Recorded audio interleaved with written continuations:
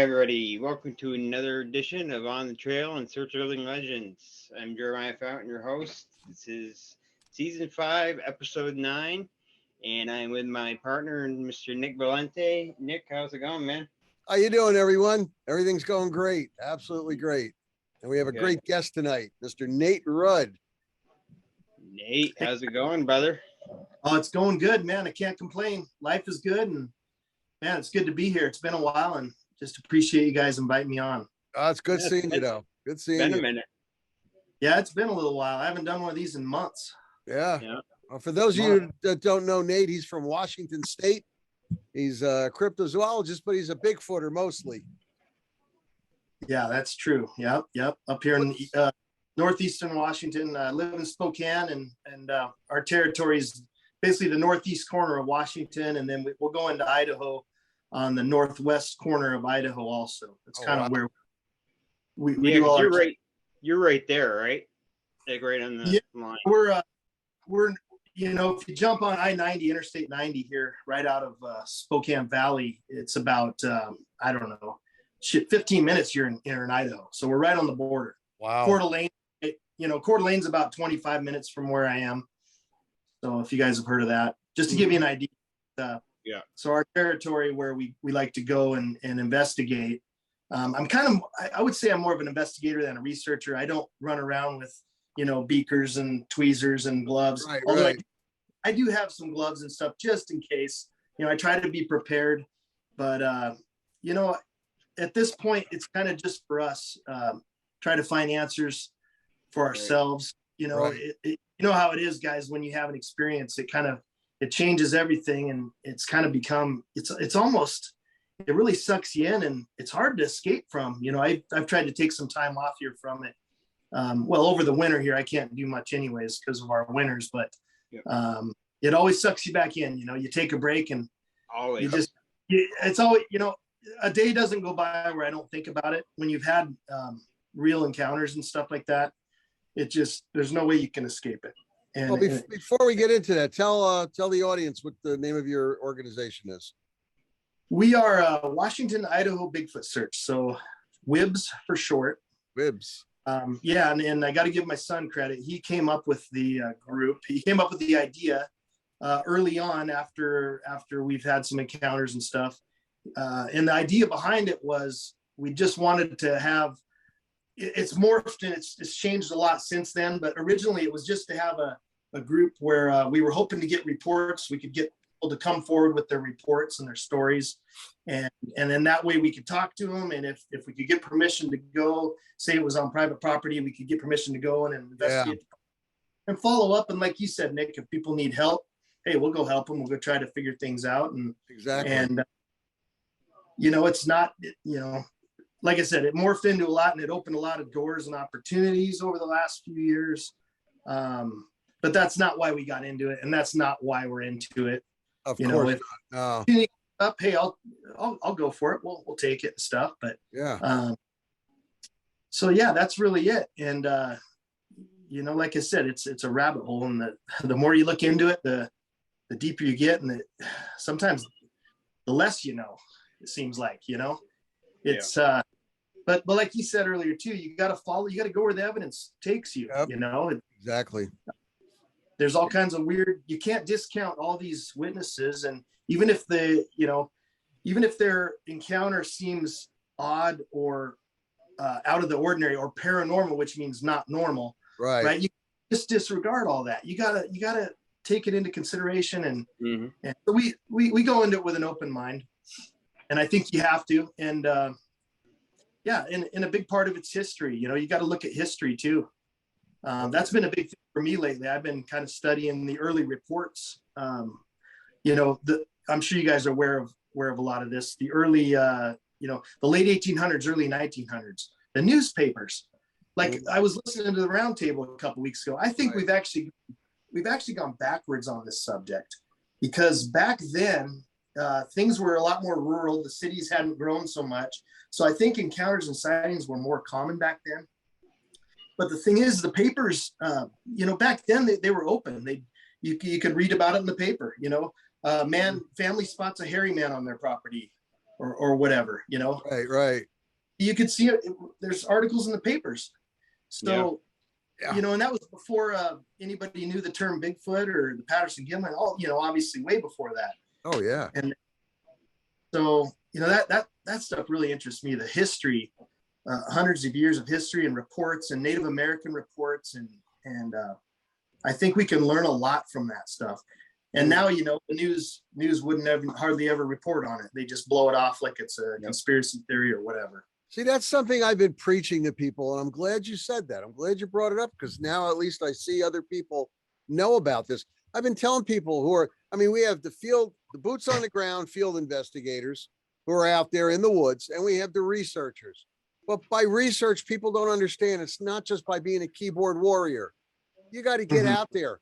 And what you just said, the newspapers, where do you get those old newspapers? You get them from the libraries. You know, they got them on microfilm, microfiche, the old bookstores. Maybe they have old newspapers there, or old books that you can learn all this stuff from.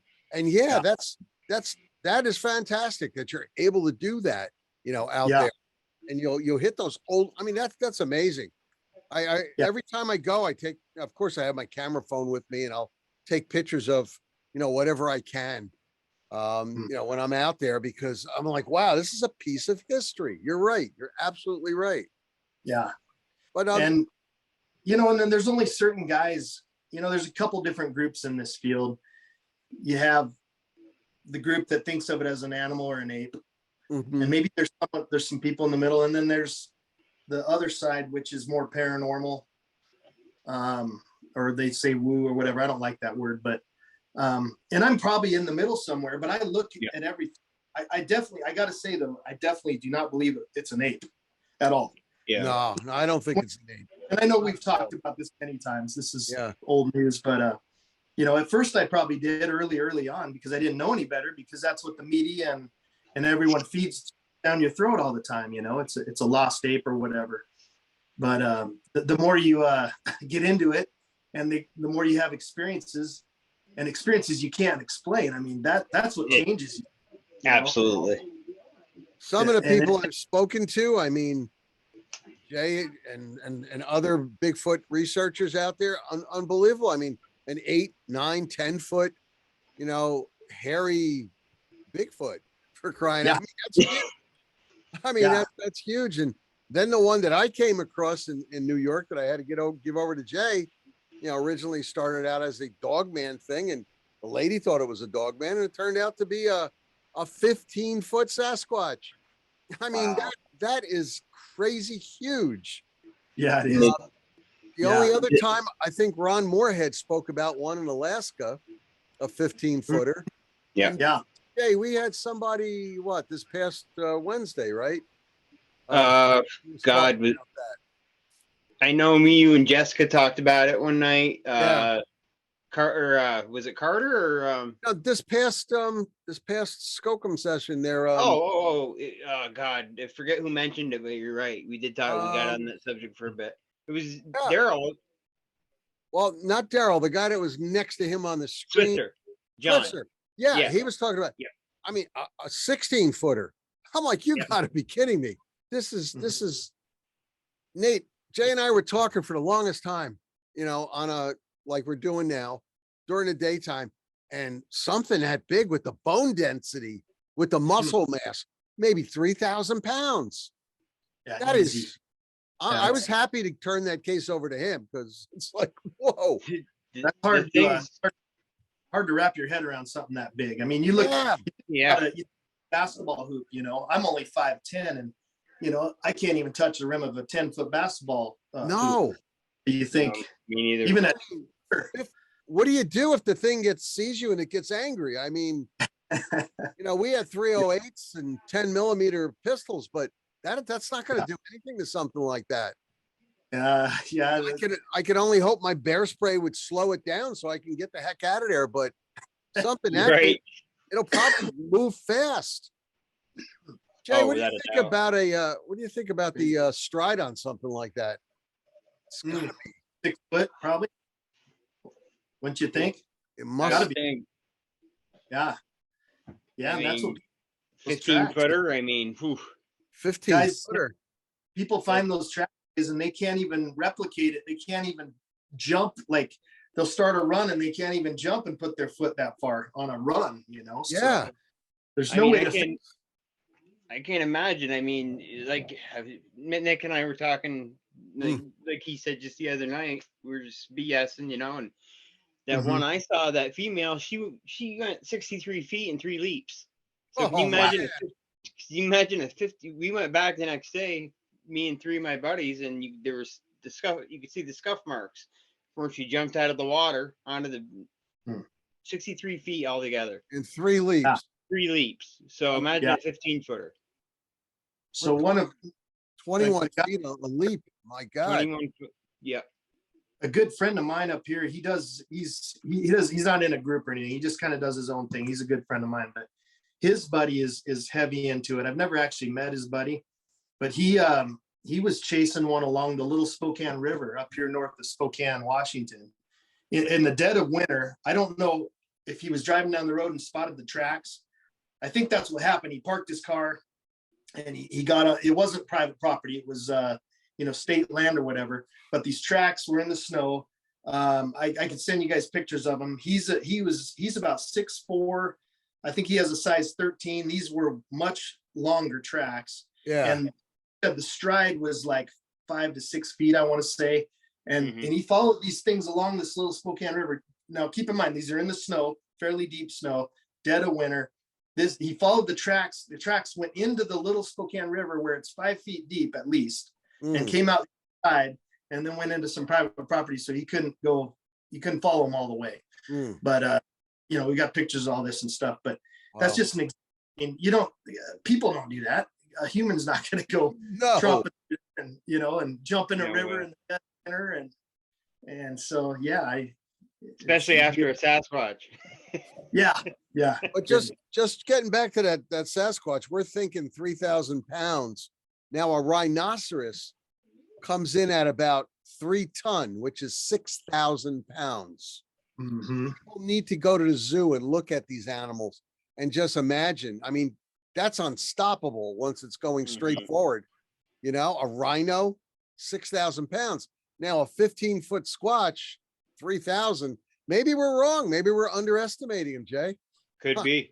I really would like to go back there and see if I could find any footprints during the daytime. I wouldn't mind. Just to see the measurement, how deep. Yeah. I mean, I know it's been about a year now, but, maybe we could find something if it's still in the area. I mean, got her info, so there's a formula that you can go by. Yeah. For every eighth of an inch, it's 200 pounds. I can't imagine, what this thing could do. So people need to be careful when they're out there, Oh, for sure. You got to be prepared, no doubt. I had a question, Nate, about where you live, your area. Give us an idea of what the winters are like, the snow and all that, and the wind. Yeah. Well, excuse me. I'll tell you what, we had a heck of a winter this winter. It started up in early November. We actually had a real warm October, and then it got cold quick and we got dumped on. And so my window here to go out and basically camp, because where we go, they're unplowed roads. You can get up on a highway, but once you get off the highway, they're unplowed roads. So basically from, this year would have been the beginning of November. Generally, it's the end of November, beginning of December is when it ends, where we can't get up there anymore. And then, we've tried to go up in April and couldn't get up there. We tried Memorial Day, which is the end of May, got stuck, couldn't get up as far as we wanted to go. So basically, long story short, it's from end of November to early June to be safe, to get to where we go. So it's only really a 6-month window we can here. Unless you have snowmobiles, which, those are loud and stuff. I don't want to go burning around on those, but how deep is the snow usually? Oh gosh, up there, like it's starting to warm up here now. I think we're finally getting through it, but I know they have 10 feet of snow up around Priest Lake, northern Idaho and stuff. Is that on a good normal? winter, on a good winter, because it adds up. And these roads that I'm talking about that are unplowed, they're in these corridors of giant trees, old growth forest. Wow. basically the sun only hits the road, you know, at the top of the trees, basically. See what I'm saying? Mhm. So it's all Yeah. it takes even into like Memorial Day. There's still snow up there, pretty deep slushy snow, because it hasn't melted. Yeah. So Is that average normal for that time of year? Or that's a good question. It depends on the winter, Nick, honestly. I mean, we had a real good one this year. So I mean, it's probably going to be, unless it warms up drastically, it's probably going to be, you know, late May, early June before we can get to our spots. Wow. Because that snow just, you know, it just snows all winter. And like I said, they don't plow up there. It's too remote. So basically you just got to wait for all that snow to melt.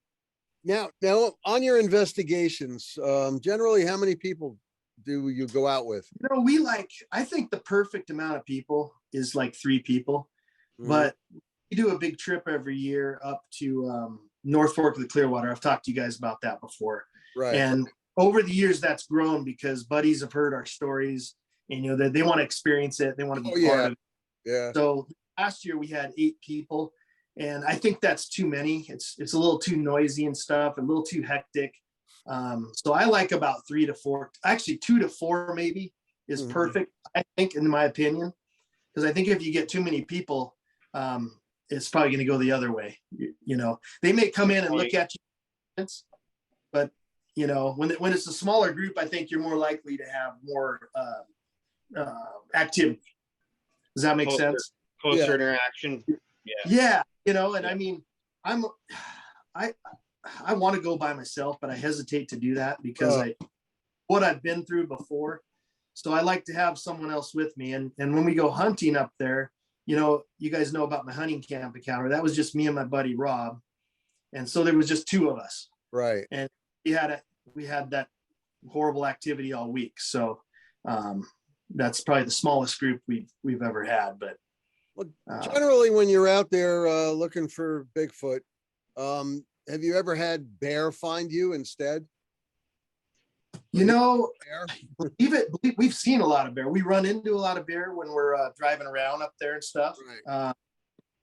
One hunting season about 3 years ago, I think it was, we saw 8 bear, and other hunters that were up there saw more bear. So we called it Predator Week that about 3 years ago, because we saw 8 bear. My buddy shot one, by the way, that week.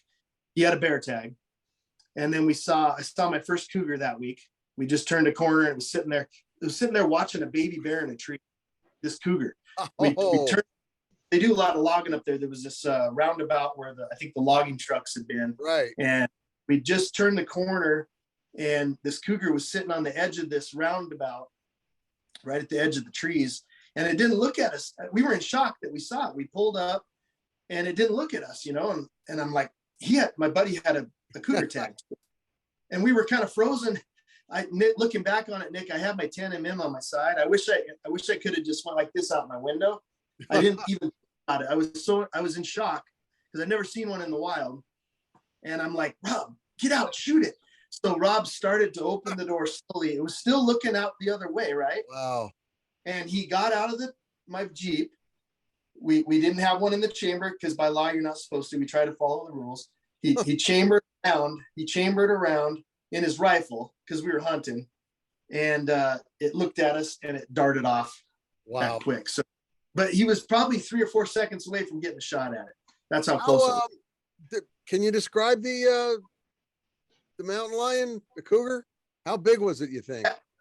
If I had to guess, I'd say it was a female or a young male. It didn't look real big to me. Oh. And but it was a cool experience because not only was it the first time I ever seen one, you know, like I said, it didn't look at us that whole time until it heard him loading around in his rifle.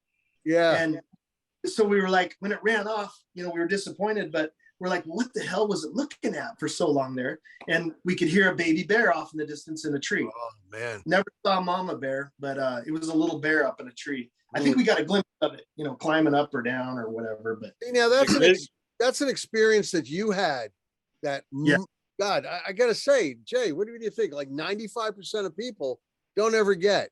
You actually saw a cougar in real life. And people might say, looking at this film, what's the big deal? Well, there is a big deal.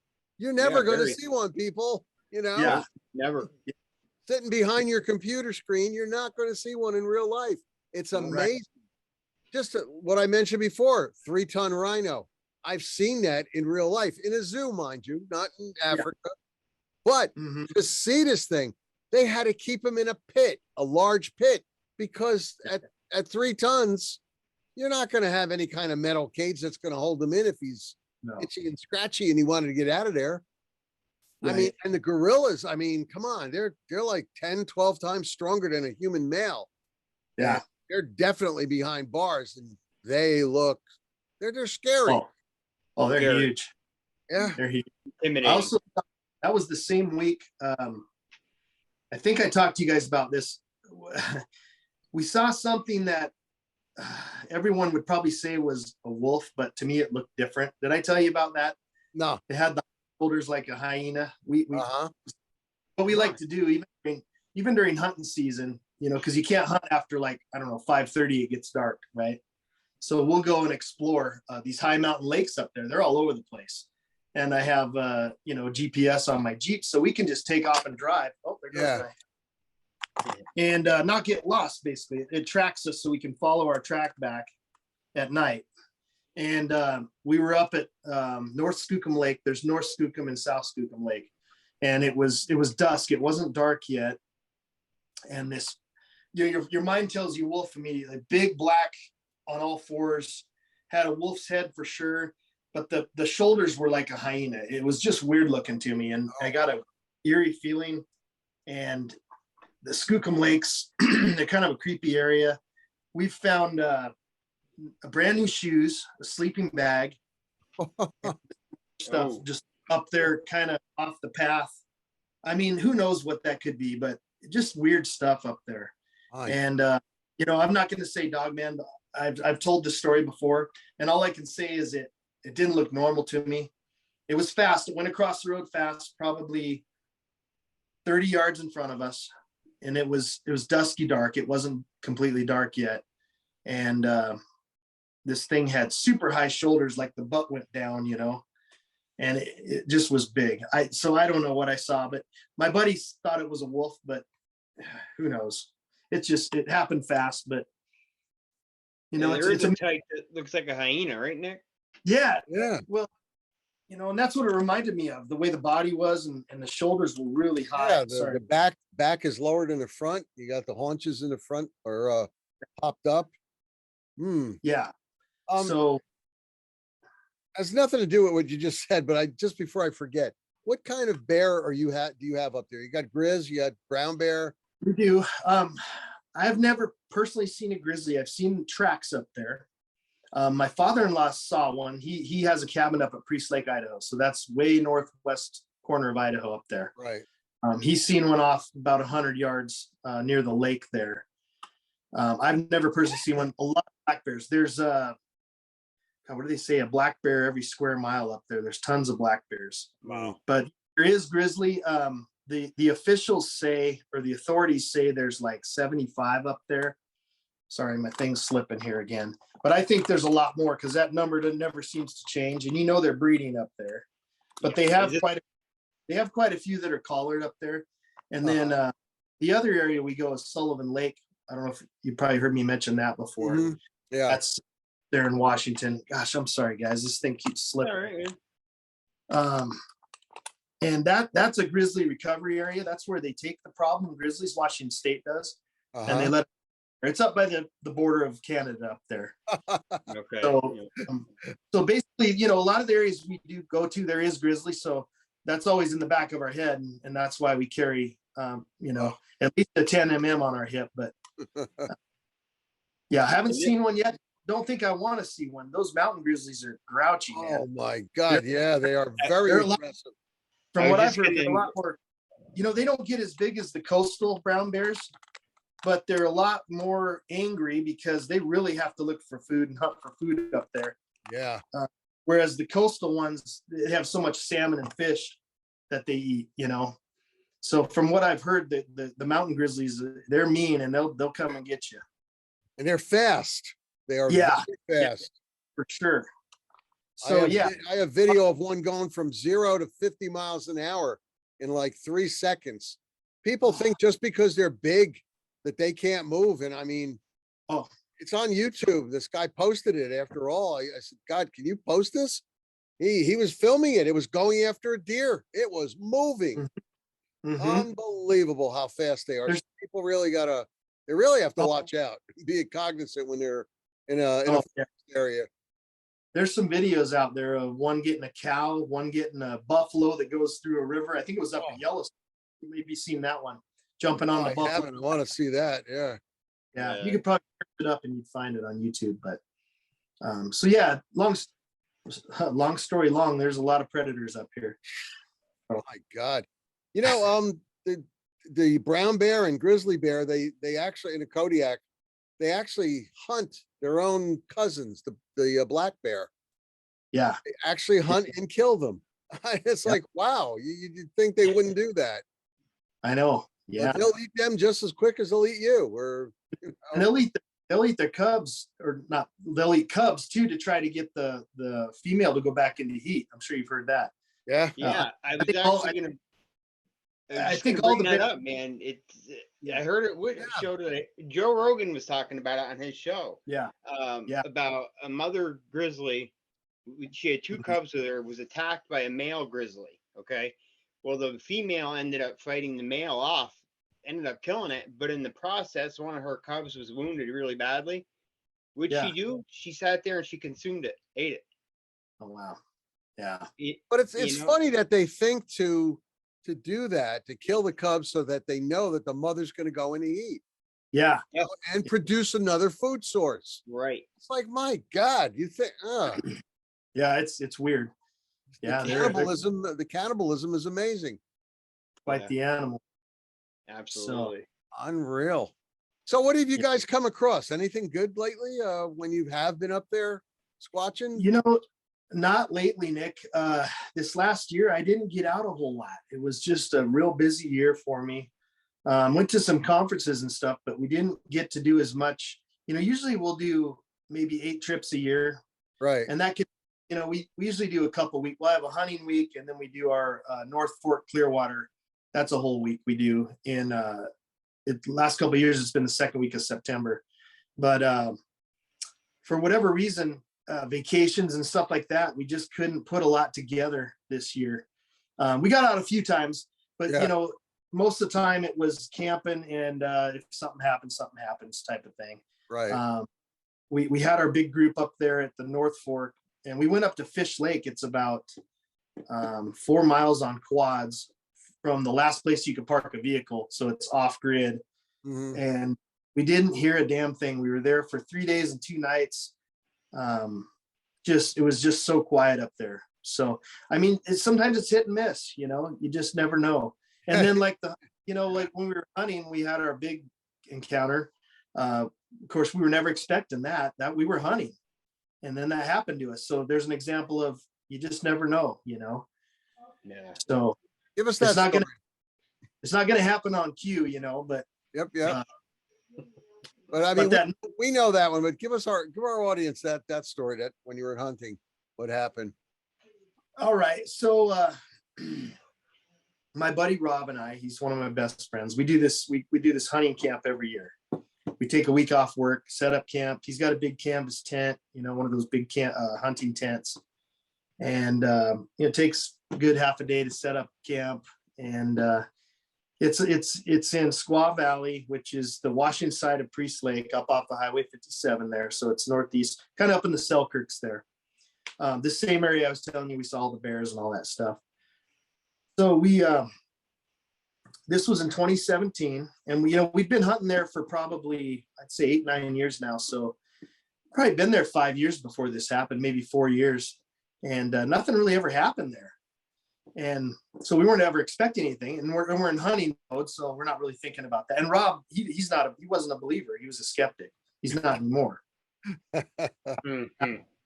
So we got up there, set up camp. I think we went out hunting that evening before it got dark, and nothing happened that night. I think I might have let out, this might kind of sound silly, but like a whoop, or I hit a tree or something. I like to start out our trips that way. You never know. You know what, Nick? You never know what you're going to get. I know a lot of a lot of people think that's goofy, but sometimes it works. It Yes, does. it does. You'll, Yeah. you'll get a knock back or you get a look back or something, people would be surprised. I don't do that a lot. I use that real sparingly, mostly at night, like when it's really late and it's quiet. Sometimes you can take them, you can surprise them and get a reaction. So anyways, we came back that night and I don't think we heard anything that night, that first night. The second night, the second day, we left for hunting early. Of course, we try to get up before light, right? To get up to our spot. So you don't spook the deer when you're getting in there. And that second day we came back for lunch to camp, which we don't normally do. Usually we take a lunch with us and we spend the whole day out there. We don't come back till after dark. Right. We came back for lunch the second day for whatever reason. And I know you guys have seen these pictures, and maybe quite a few people have seen them, but there was a 15-foot sapling with a big root ball laid across the entrance of our camp there. When we came back, right. There's this little, it's just a path to get into our camp spot. And we stopped, we saw it and it just was weird. And I looked at Rob and he looked at me and he goes, "That wasn't there when we left." I go, "No, it wasn't," and it was almost kind of funny. It's like, what would be the purpose of that? You could drive over it. It wasn't like a big tree. So we parked the side by side, jumped out. I went over to it, picked it up. All the dirt, a bunch of dirt fell off the root ball, and it was heavy. It's probably 3-4 inches in diameter at the base of this tree. And so we're thinking, okay, there's no one else up there, by the way, no other cars, no other hunters where we were. We're like, this is just weird, So we took some pictures of that and we proceeded to get out and we searched both sides of the tree line. So we thought maybe we could find the hole where this thing was pulled. It was pulled out like a carrot, basically. Right. Yeah. And so we started looking around, probably 30 minutes on both tree lines, could never find where this thing came from. And then we started thinking about it. And if you think about this, something had to have carried that in and laid it there. Because if they drug it in, and like I said, it was pretty heavy. If they would have drug it in, there would have been a dirt drag mark behind it. Right. When I picked it up, and one of my pictures that I have, you'll see that the dirt just fell all off in the path. So that was the first thing that was weird that happened to us. It's right across the roadway it was laid though, right? Yeah, right into our camp. Yep. Sort of like a warning, like maybe a warning, or maybe something was just toying with us to see what kind of reaction they could get from us. And so that wasn't that big a deal, although very weird, like I just explained. So we're scratching our heads. We kind of just got it out of the way and went about our business. So the next day, that night, though, I got to say, we set up a couple game cams, and I'll have to come back to the game cams. It's kind of a long story. This takes place over a whole week. And I know there's probably a lot of people out there that have already heard this. So I'm repeating myself, but we set up a couple game cams. We figured, hey, if anything comes around camp, we put one behind the tent, one on a tree in the middle of camp, kind of facing where our camp table was and all our camp stove and all that stuff. Right. And, like I said, I'll come back to that later. We started hearing distant knocks at night. Okay, 2 or 3 nights in, I can't remember the exact what night it was, and they were off in the distance, But this is late at night, and there's no one up there, and who does that, anyways, right? It's not a normal thing, and basically the tree knocks ramped up every night for the rest of the trip. But we went out, we got up early, went out hunting that next day for the whole day.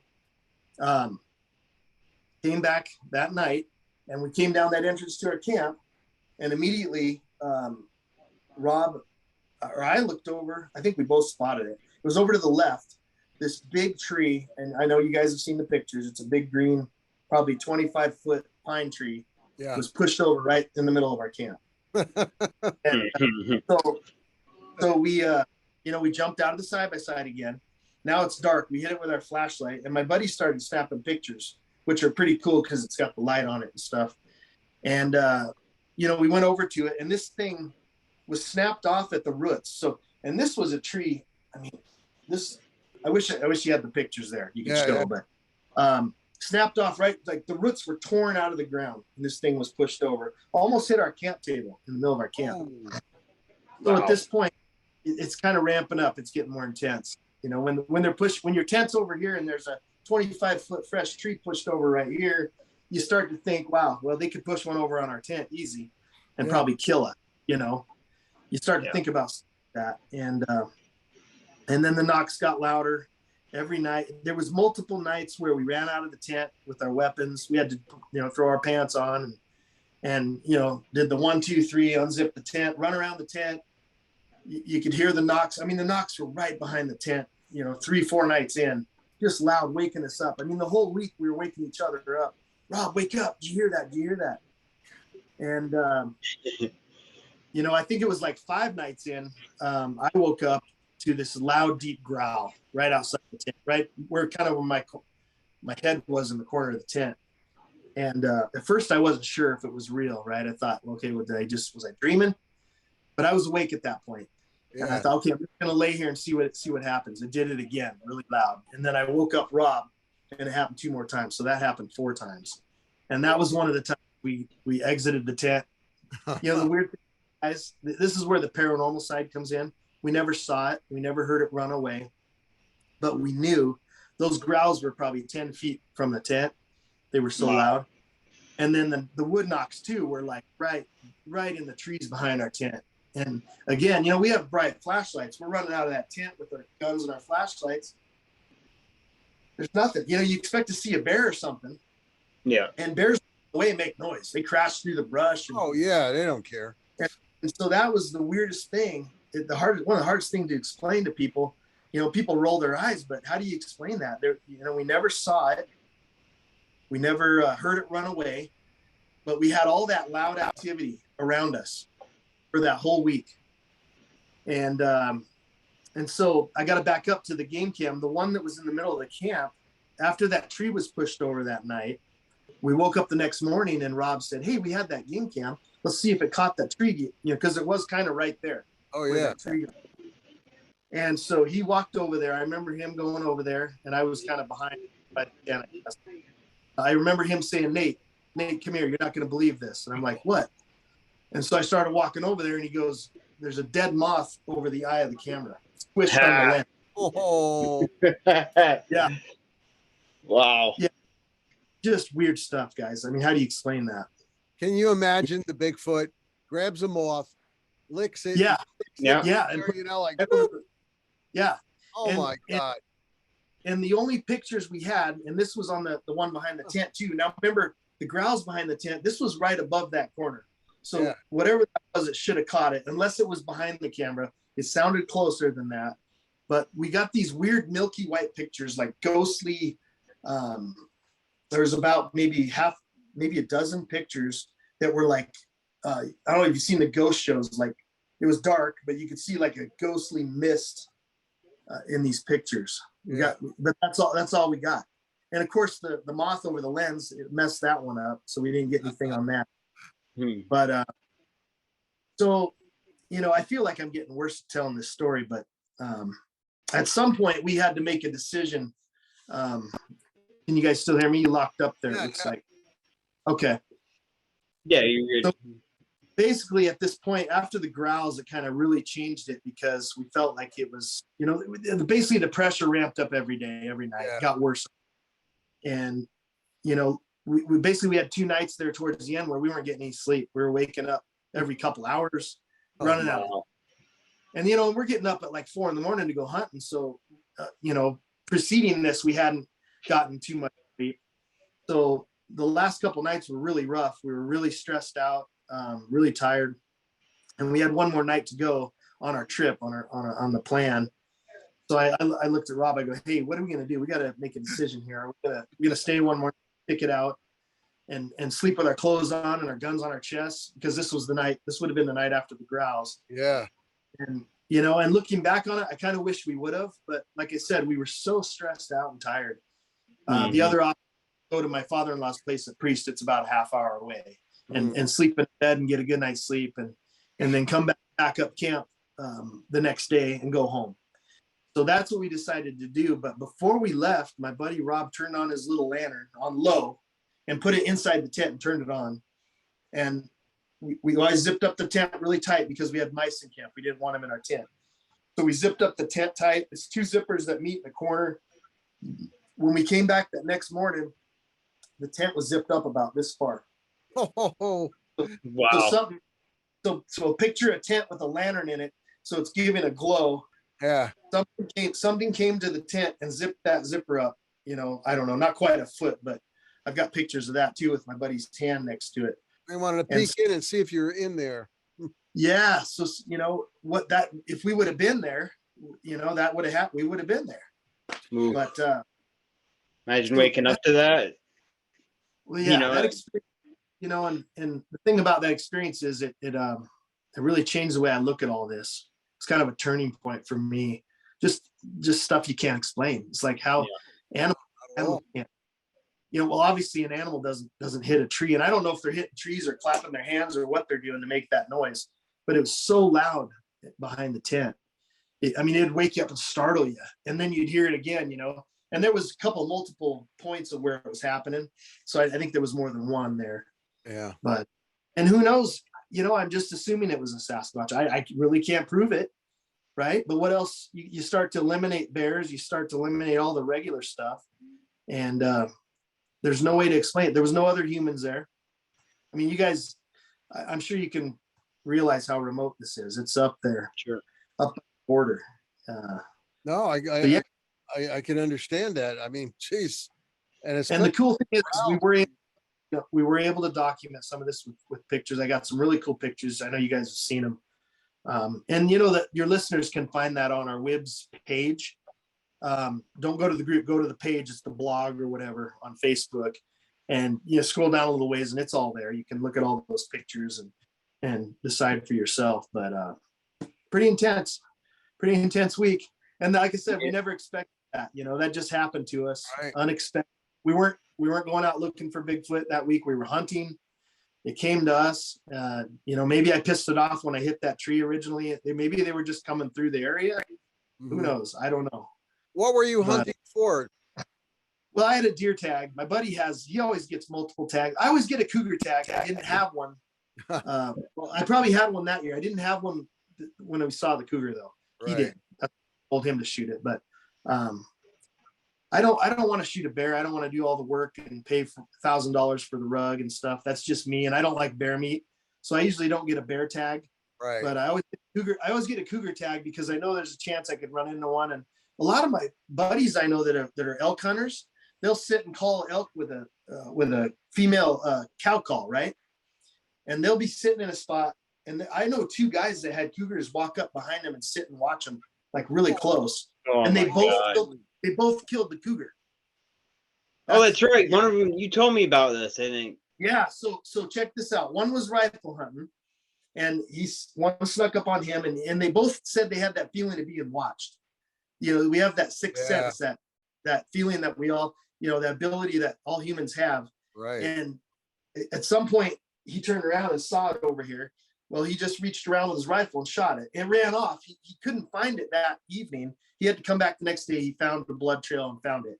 Wow. But the cool one was my other buddy. He hunts cougars with dogs too, by the way. But this time he was elk hunting with a bow. He only had a bow. He's sitting there, had that same feeling, turned around, and there's a big cat behind him. So he had his bow like this, and very slowly he turned around and he was able to draw that bow back and kill that cat. So really cool. It's pretty impressive. Jay, you see, every time we have a new guest on, we get a bunch of little facts. Yep. And Nate just brought something very important, which I've told people many times, but you know, they don't really make the correlation. He said that guy had a calf call. Now he was calling male elk or whatever towards him. Yeah. And instead of that, the predator decides to show up. Mm-hmm. Yeah. It fooled the cougar into thinking. Yep. So people got to think, you know, a little bit outside that box, that you might be calling something, but maybe the predator for that animal is going to show up instead. You just never know what's going to show up, Nate. Nothing. You just don't know. Right. And that's where it goes back to, you got to be prepared, you know? Yeah. And, you know, and and I don't think we want to jump off onto this subject, but you think about the missing 411 stuff. Oh yeah. And that's another reason, you have to have a backpack with some food, and you have to have water, and Dave Paulides preaches you should have a personal locator beacon, especially if you're by yourself. Oh yeah. And according to him and all his research he's done, and I'm not going to go off on this, but he has never found a case where a person has disappeared that had a sidearm and a personal locator beacon. Right. Never had one that disappeared with both of those items. So, I mean, that says a lot right there. And those personal locator beacons do save thousands of lives. You don't ever hear about it. Do they ever? But they do. My team got the brand new Garmin, the Garmin Mini 2, the brand new Garmin Mini 2, and it has an advantage over the Garmin Mini, the original one. But I go out with a team, there's 7 of us. We all have them clipped on, everyone. Yes, we're armed, but we also have that, because you do not know what's going to happen. I mean, you just hit that little orange button and bam, it sends out an SOS. Right. And you never know if you get separated from your buddy or your friends or whatever. And especially if guys are going out by themselves, and it could just be that you snap your ankle or you break your leg. Oh, forget about it. You're screwed. And you don't have, hey, where we go, we don't have self-service most like 80% of the time. Very good. So, see, that's what I try to tell people. When you're deep into the woods, self-service is non-existent. No. And these mini Garmins, and there's other brands. I'm not trying to push Garmin, but you can actually pre-type in something like I got injured, send help, and you can type that in, and bam, it goes right out. I mean, it's there already. All you got to do is pick it. I mean, they're well worth it. I understand they're expensive, but my God, they are well worth it. If you're fall and you get injured, and I wouldn't go out there by myself. I wouldn't recommend doing that. Yeah, no, I mean, as you know, it's rough. There's been a lot of times, and I've thought about it a lot, where I'd really like to go out there by myself on a weekend, but I just think I just know too much. I just can't bring myself to do it. Why take a chance? The Garmins are expensive, but if there's someone out there that's thinking of wants to get something, there's the Spot. It's called a Spot. I don't know. Right. Yeah. And they're about $100, but they're just a real basic. Basically, it's just, you can't type on it or nothing, but there's an SOS button. It's like end of the line emergency. Hey, push the button. But so at least get that for $100. At least. I mean, that's an excellent thought there. I mean, just get the Spot at least. You can get it off of Amazon for people that want to know where to get them. You can get the Mini Garmin 2 also there from Amazon. I mean, they've got a bunch out there. Yeah, there's a lot of options. Cheaper and more expensive. But, even you think about me and my buddy Rob, we hunt together every year. And there's times where we separate. We always kind of know where each other are, but we get out of eyesight from each other. And that's where people disappear and they get hurt. They get off track, or who knows what's going on. So you just got to be prepared for sure. Yeah, I mean, like I said, when I go out there with a team of 7, we assign, we like to call them poop buddies. And if you're going out to go, relieve yourself, your buddy comes with you. He doesn't have to watch you. He just has to be within, 4 or 5 feet, because after all, you can't defend yourself, with your drawers down. And you're right. They're armed, looking around, and you do that for everybody else. It's just a normal, natural thing for us to do. I mean, it's just, one guy went out with his buddy. I mean, he might have to go pee, and he's peeing up against this tree, and a venomous snake appeared. It was during the summertime. It wasn't during the wintertime. And there was a snake. He's just lucky that his poop buddy is a good shot. He nailed it. Scared the piss out of him, but I mean, excuse my pun, but he saw it, bam, shot it. I mean, it was a venomous snake. These things are out there. People think, oh, there's nothing out there but squirrels and deer and chipmunks and stuff and birds. No, there's a lot of things out there that can kill you. And that's the reason where, you want to educate people that have kids that like to go camp, and don't let your kids, especially little kids. Oh, like God. Small kids.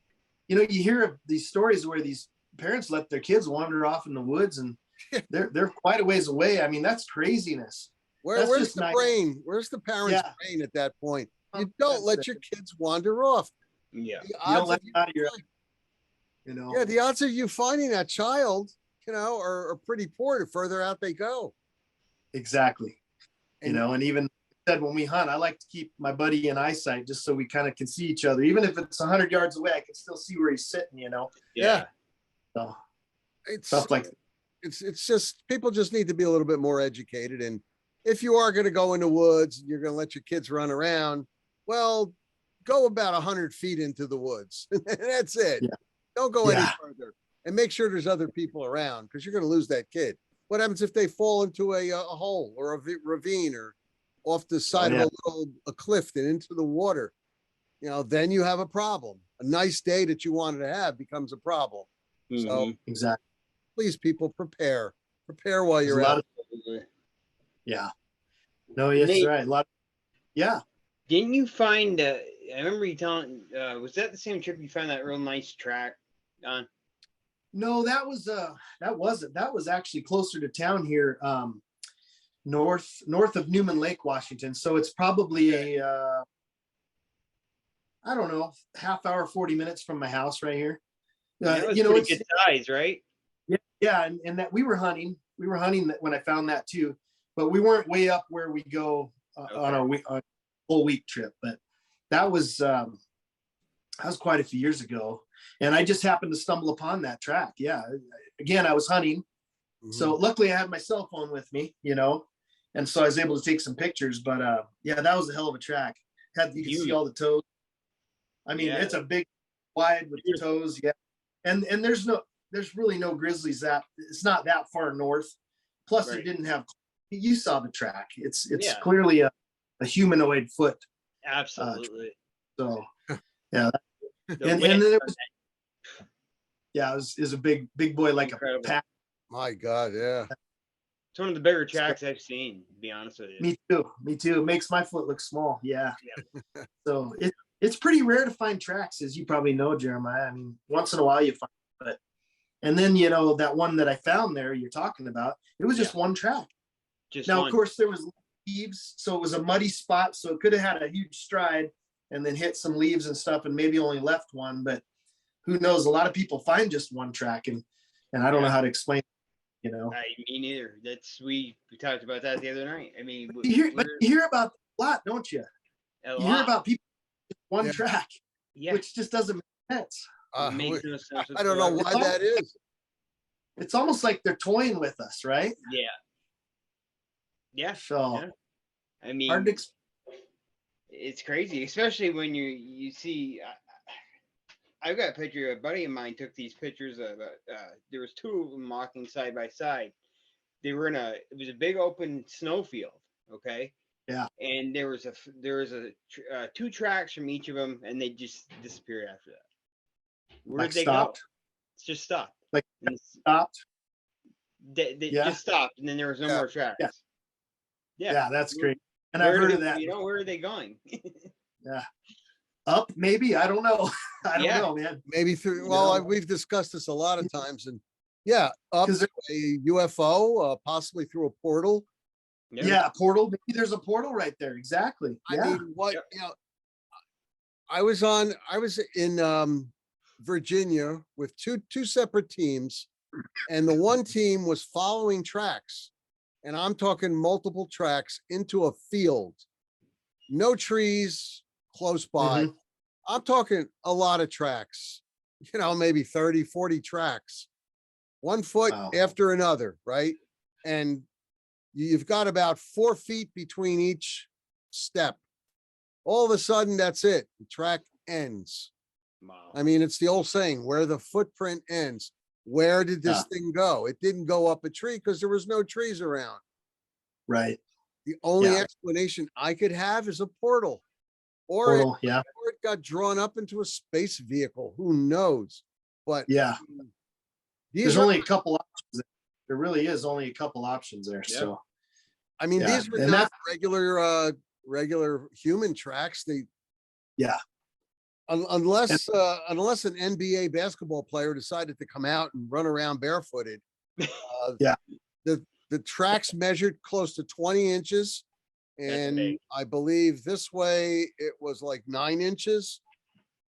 And it had like the toe marks, but it also had like nail marks. I don't mean claw, I mean nails, like long toenails. That's what like it was fresh. They called us over. We all took pictures of it and everything. But where the heck, like you said, where did it go? You know, Yeah. I mean, come on. You know, that's the stuff you can't explain it. And you know, I keep saying you gotta go where the evidence leads you, and that's where the evidence is leading us. But eventually you hit a wall. Like I don't know how we advance past that, right? I mean, how. Yeah. And you know, you guys know this there's reports out there of people seeing them dematerialize and stuff. I mean, and you know, people hear that and they think, that's crazy or whatever. But there's so many legit people out there, you know, police, Forest Service, game ward. I mean, every walk of life. Military, doctors, lawyers, regular military, people. They're seeing these things. Real credible people, salt of the earth, credible, honest people are seeing these things, and you just can't discount it. You just can't, you know. I just wish we could have a little teeny explanation, you know, but yeah. Well, you know what we really need?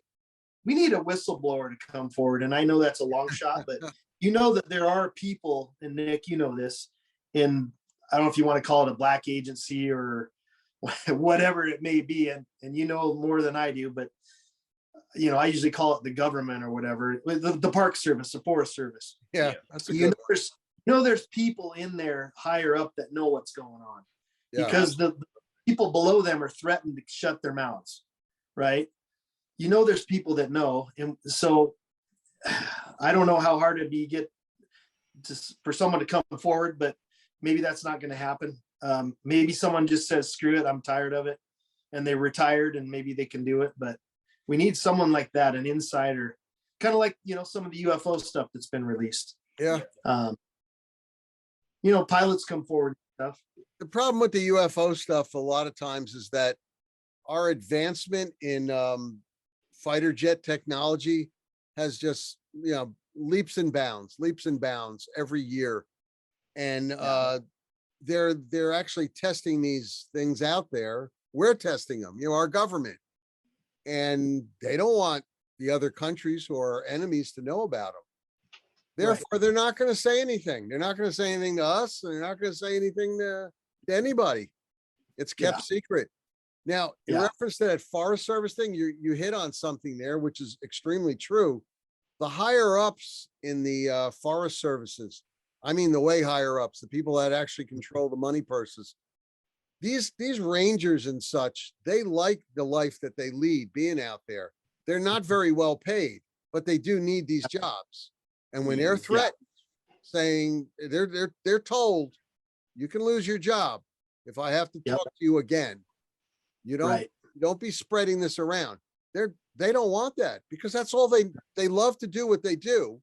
I don't know if people can understand it. I mean, how we understand it. We can feel that, but they love what they do and they don't want to stop doing it, and they get paid to do something they love to do. But they're going to lose their job. So what are they going to do now? Work at a Burger King or at McDonald's? Right. Yeah. They don't want to do that. No, it's almost got to be someone that's retired or out of it. And, you know, and I don't know, you know, a lot of those guys probably sign NDAs or whatever. Yeah. And I don't know how far that goes. Does that go to your death or till you're out of the age, you know? Generally those things are 25-year long things. Okay. And after 25 years, well, you know, say the person is 25 years and they see this anomaly or they hear about it. They immediately sign for it. I mean, the boss comes there right away, and they bring in the the attorneys, and they have to sign it, and they know it's serious. So now this 25-year-old is 50 years old. They put in their time, and they've retired, and you know, they just don't want to come out with it at that point, I guess. Some of them do. Some of them have. Some of them are credible. Yeah. I know. I've heard stories and stuff out there, but yeah, I don't even know if it's just tough. I don't know that we're ever really going to know. That's why we do this though, right? We enjoy it, and we want to know, so we pursue it. Yeah. I mean, I was out there today in the woods, and usually I like 7, but we only had 4 today. And I mean, we had no snow on the ground, unlike you guys. You've got tons of snow. We didn't get it yet. And it was a pretty good day. Tomorrow's going to be 50, so it's a beautiful day. But I mean, I was walking around out there, and it's something that's enjoyable. It's actually nice. Oh yeah. And these forest rangers, especially like the ones that'll live up. I don't know if you have any by you, Nate, but they've got where they're on these stilts and they're pretty high up. Hey, you got any near you? Well, we got a lot of fire towers up here in the mountains. The towers. Yeah. But they've, there's ranger stations way up north by the border and stuff. They're out, there's one by Priest Lake, so they're around. And we ran into those before, and I know I've told this story before, but we were up at Sullivan Lake quite a few years ago, and we had been out late at night, so we were taking a nap, late morning, early day, whatever. And we heard someone pull up in our camp, with the truck pull up. And anytime you hear that, you kind of like, oh shit, what's this? You never know when you're way up in the middle of nowhere. Yeah. So we rolled out and it was to forest, or not Forest Service. I guess they were Forest Service. Wildlife. And no, they were Forest Service, I'm pretty sure. All right. Yeah. Well, they had the ranger state, or ranger. What is that called? The ranger, forest rangers. They're forest rangers. Yeah, exactly. So it was an older guy and a younger kid, and first we said hi, and they wanted to make sure we had our food put up because there's a lot of black bears, and they warned us about this is that grizzly recovery area, so they warned us about that. Said that some people had just seen some wolves down the road, some other campers, just talk like that. And then at some point, Curry goes, "Hey, let me ask you a question. Have you ever seen a Bigfoot?" He just blurted it out. And I'm usually a little, but I'm kind of glad he did, because the older guy, he looked at us and he goes, "Well, as a matter of fact," he goes, I had never seen one, but my partner saw one. And he made me promise never to tell. But he's retired now, so I could tell the story now. So he proceeded to tell us the story. They were on this back road, gated road. They check all those gated roads and stuff. And the older guy we were talking to had paperwork and was in the passenger seat doing whatever. And his partner was driving, and his partner hit the brakes really hard. And he's, takes a minute and looks up and goes, "What's wrong?" He looked at his partner, and he's white as a ghost. And he looked up and he could see the bushes moving off to the left. He never actually saw it, but his partner said, "I just saw a Sasquatch." And he made this other guy say, he said, "You can't tell anybody." He thought he'd be made fun of or whatever. Yeah. And so he told us. I mean, it was a cool experience, just to hear that from a ranger.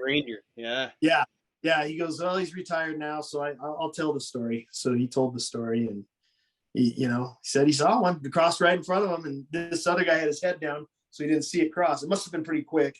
Yeah. But the trees and stuff moving over to the left. So, I mean, you hear, and I don't know about you guys, but I ask people along the way. I do this nonstop. Like when I run into people, it doesn't have to be someone I know, maybe an old friend or someone you get to talking to, and you find out that they hunt and they love to camp or whatever. Every now and then, if I feel like the situation's right, I'll ask the question. And I don't say Bigfoot. I'll say, "Hey, can I ask you a question? You're out in the woods, you hunt a lot. Has anything weird ever happened out? You ever hear anything or see anything really weird?" And there's been multiple times where their eyes have gotten kind of big, and they'll go, "Well, as a matter of fact, yeah, I saw something huge walking on 2 legs," or whatever it may be, or they had a rock thrown over the top of them in their deer stand, or just stuff like that, off the wall stuff. Once in a while, you get someone to open up, and you may get a report out of them. Yeah. If you trust you, and you can read people, and I think they can read you. And if they trust you, they may tell you. Well, if they see you're not going to ridicule them, make fun of them or anything like that. Exactly. Nate, any dogman reports up near you? Any sightings? Nothing new. I haven't heard anything new, Nick. I wish I had something, but I don't. No, nothing new. I don't have anything new to report on that, but All right. There have been some. We've talked about them in the past, but they're older reports. So No, it's worth asking. Yeah. Where do you hear more of those, Nate? From the Washington side or the Idaho? You know, the one that comes to mind was on the Idaho side. Okay. Yeah. But you know, that whole area is all connected. And the thing I hesitate to say it was a dog man because I don't really know, but I can tell you guys that it was just weird. It had those real high shoulders, real big, dark, and definitely had a wolf head on it, but it didn't look like a normal wolf to me. People or on all fours? It was on all fours running across the road, but like I said, the shoulders were way higher than the rear end. And it just heavier looking than a regular wolf. Yeah, bulky, a lot bulkier. Okay. Yeah. Yeah. Okay. Big, yeah, it was just weird. But there's a report, out of northern Idaho. I'm trying to remember the road. It's Spirit Lake Cutoff Road. One ran in front on two legs. There's a report out there where I think it was a woman was driving and reported it. She said it looked like a giant wolf man or whatever, running on two legs across the road. It's really remote up there, so that's a report that I have in my head. Yeah. Someone else report. It wasn't my report. Someone shared it with me. So I think they're up here, and every now and then you hear about them. Yeah. Up here, and even in British Columbia and stuff. Sure. Yeah. I mean, hey, it's what we do. We take the reports and we can investigate them. We investigated it. I mean, it's like we're talking earlier, it's hard to get people to come forward, a lot of the times. Still, even like I was saying, where I'll ask them, that sometimes, and then once they tell me the story, I'll say, hey, would you mind, like, here's my number, can you write that down and send it to me, or can I interview you, or, you want to hear more, but a lot of people don't want to do that, That's right. And so I always say that for all the reports we know of, there's probably twice as many or even more that we don't know about. Yeah. I'll tell you, it also depends. A lot of states that I go to, some people are more close, tight-lipped, like Kentucky. D.A. Roberts and I, when we were at LBL, we were talking to people in stores and on the street at the pancake houses, Waffle House. I asked direct questions about it, and they look at you and they don't want to know nothing. We were in LBL and went to the Welcome Center, and I spoke to the main lady there. She looked at me when I asked her about Dogman and walked away. Didn't say a word. That's Kentucky. Boy. Now you go to Tennessee, and the people are opened up to you. But Kentucky, they're so closed-mouthed. I'm sorry, people from Kentucky, but Barton Nunley, you're the exception. Here in Kentucky, you talk about it, but boy, nobody wants to talk over there. I'm telling you, Nate, they were. I thought the guy was, according to DA, I mean, the guy was awfully nasty and rude to him. He didn't want to know nothing. That's. Here's the thing, guys. It's a lot more common than people think. These sightings and encounters are much, much more common than people think. And I'll tell you one more quick story. I don't know if I told you guys this. Stop me if I did. But I was up at Priest Lake. This was a couple summers ago at my father-in-law's cabin for the weekend. And we went to dinner at a place called Kavanaugh's up there. It's in a bay up there on the lake. And we went with my father-in-law. We happened to run into his neighbor, the guy that lives right next door to him. He was there too, having his family. So I bought them a drink and I moseyed on over to say hi to, his name's Dave.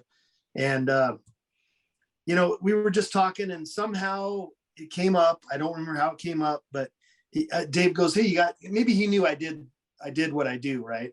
And he said, you got any trips coming up? So I started telling him about our plans for the rest of the year. And I was talking about Sasquatch, and all of a sudden, like in mid conversation, he was right next to me. We're sitting this close, looking at each other, having a drink. And he stops. And he goes, Nate, I've seen one. I've never told anybody. Oh, it was one of those moments that was just like, what the heck? This guy's an older gentleman. He's probably in his early 70s. And he said he never told his family. He told me the whole story. I felt so honored that he told me. Nice. But he tried. Awesome. But and we're friends. I know him. So he told me basically I can't remember if he's coming from or going to Seattle over Snoqualmie Pass, really dense forest and mountains through there. I don't know if you guys are familiar with that, but he was on a bridge area of I-90, and he's moving down the road, and all of a sudden he sees this tall figure off to the side of the road. And like I said, it was like a bridge area. So the thing was on this bridge. He didn't really have anywhere to go. And so he kind of hit his brakes, slowed down. This was dark. It was dark out at night. And his headlights hit it. And he said it looked surprised and shocked and like scared. Like it looked at him. I mean, he got so to it. He said he could see the face was black, colored black, big eyes. And he said he could see that this thing was like panicked, like how do I get out of here? It had nowhere to go. Yeah. It was stuck. And this is a major freeway. Was it thumbing or? No, he could see the hair all over its body. He couldn't believe what he was looking at. He got really close to it. Hey, big thumb, not big foot. You know? Yeah. On a bridge? Oh my God. Well, it was a bridge area where there was a drop off. This poor guy. I mean, he wouldn't Yeah. He said it scared him to death, and he never even told his family about it. Oh my God. I was the you see right there. You might have 2,000 people have a sighting, and one person out of all of them might come forward. Exactly. Right. I mean, there's a lot of sightings out there, and most people just want to forget it. That doesn't exist. I didn't see it. Or they think that everyone will think they're crazy, you know? Yeah. And this guy, that's the big thing. So this guy's a prominent businessman. You know, he's retired now, but he had a business in Spokane, Right. and he didn't want people to know. And that's a real common thing. So, Man. Yeah. What did he say? How big was this thing? He said like 8 feet tall, he thought. You know, it was Big one. he got a really, really good look at it. He could see its face because his head hit it, right? He slowed down, and I think he came to a stop. It was later at night. I think he was either going home. I think he was going home from Seattle, if I remember right. I have the report. You guys could look at it on our page. The report's, but God, it was just cool that he opened up and told me. I felt so honored, cool. You know. Yeah. And what reason would a guy like that have to lie and make that story up? You know what I mean? This guy's just the most honest guy you'll ever meet. There's no reason he would do that, you know. Exactly. No reason. And he never wanted to tell anybody, but he knew me enough to where we were talking about it. Right. Mm-hmm. He stopped me mid-sentence and he said, Nate, I've seen one. Oh, yeah. And I've never told anybody. So yeah, just an example. Yeah. And like you said, Nick, that happens. We all know that happens a lot more than people think. Oh God, yeah. You know, a lot more. I guess. Yeah, it's the ratio. I used to say was one for every 10 sightings, you're gonna get one person report, but I would say it's even more out there than that. Yeah. Way more. Yeah. You know. And I truly believe that it's really a lot more common than people think it is. Yeah. You know, it's like we just got done talking about. There's just so many people that even if they don't see one, they'll have these weird experiences like rocks. I know a guy that had a rock. He was elk hunting. He had rocks thrown at him. Never saw anything, but he scared him to death. How do you explain that? Unless there's a hobo up there throwing rocks at you, but that's, you know, he's up in the room. Yeah, 20-pound rocks. Okay. Yeah. So just people can throw those things with the velocity that a Bigfoot would be able to do it. And accuracy too. They're so accurate when they throw those rocks, you know, they'll put one right on top of the other, you know. Really? Yeah. Well, Jay, I think we're at the end of our filming time here. Unfortunately, I think we are too, Nick. Oh man, Nate, this has been great, man. It's been good stuff. Yeah. We got tons of little bits of information here and there, and if I'm going to have to go over the whole season that we did, Jay, and maybe compile it all into a book, because I'm so interested in what we're bringing out of the guests and what they're bringing to the table here, that I don't write it down, but it's just phenomenal. Nate, you brought a bunch of stuff to the table today. Yeah, you did. So Jeremiah, what's that book that the guy that does our art? Steve. Steve, Steve Baxter. Steve Baxter. Does that little look kind of a book. It's more like a book than a magazine, but the one so, you and I wrote the article for. Yeah. So I was just going to mention any of your readers, and what is it, like $15 on Amazon or $20 maybe? But I did a big write-up on the story I told you guys earlier of my hunting camp encounter. And I took a lot of time, and all the pictures are in there. If anybody's interested, they could either go to our page on Facebook or they can get that book. It would support Steve too. Give Steve a shout out. And I think you're in there in that same book. Yep. And so anyways, they could read about my encounter in there and see all the pictures we were talking about. I just thought I'd throw that. What's the name of the book? Is it Bigfoot Today? Is that what it is? Something like Jeremiah? that, yeah. It's out of the UK. It comes out of the UK, but you can get it on Amazon. I'll tell you what, I'll send you guys a screenshot of the cover. I have it. I don't have it Definitely be interested in grabbing that then. Today, possibly. But I wish I had it. I never thought about bringing it up here, but they do a good job with it. If you get a chance, Nate, if you could Facebook message not only that you cover that book, but also your organization's homepage. I think I'm a member of it, actually. You are, Nick. Yeah, you guys are both. I'm a member of so many of them. Nick, so I have the group, right? Just like your groups, your international. So the group, you have to join it, but the group, everyone can post, or a lot of people post, so it's hard to find our own stuff in there. Right. There's a page, there's a W.I.B.S page. If you search, you'll see both of them. The page is a blog, Facebook page. All right. And that is our stuff, and that's it. So that's the place you want to go if you're interested in what I just got done talking to you guys about. Yeah. And I have a lot of reports on there, Native American reports, all kinds of good stuff. So I would encourage your listeners or anybody that's curious to go to that. And you don't have to scroll through a million posts, from the last 2 years. It's all right there. So. And once again, it's called Wahington, Idaho Bigfoot Search. Wahington, Idaho Bigfoot Search. Yep. Or W.I.B.S. If you punch in W.I.B.S, that should work, or just in the long form. Definitely. All right. Good. It's a good page. It's good. You get some good stuff on there. Well, I got a lot of good contributors, and there's a lot of good people on there too. So it's not all us. The page is us, but the group is great because guys like you and Nick and there's a ton of guys that post on there. So yeah. So yeah. It's been great, Nick. We're gonna end it, but don't go away. Let's okay. Jeremiah's gonna hit it. Yeah, so everyone, thank you, and thanks to Nate for coming out tonight. It was great seeing him, and we'll be back next week with another good guest and another great show for you. Everybody, have a good evening. Good night, everybody. Thank you.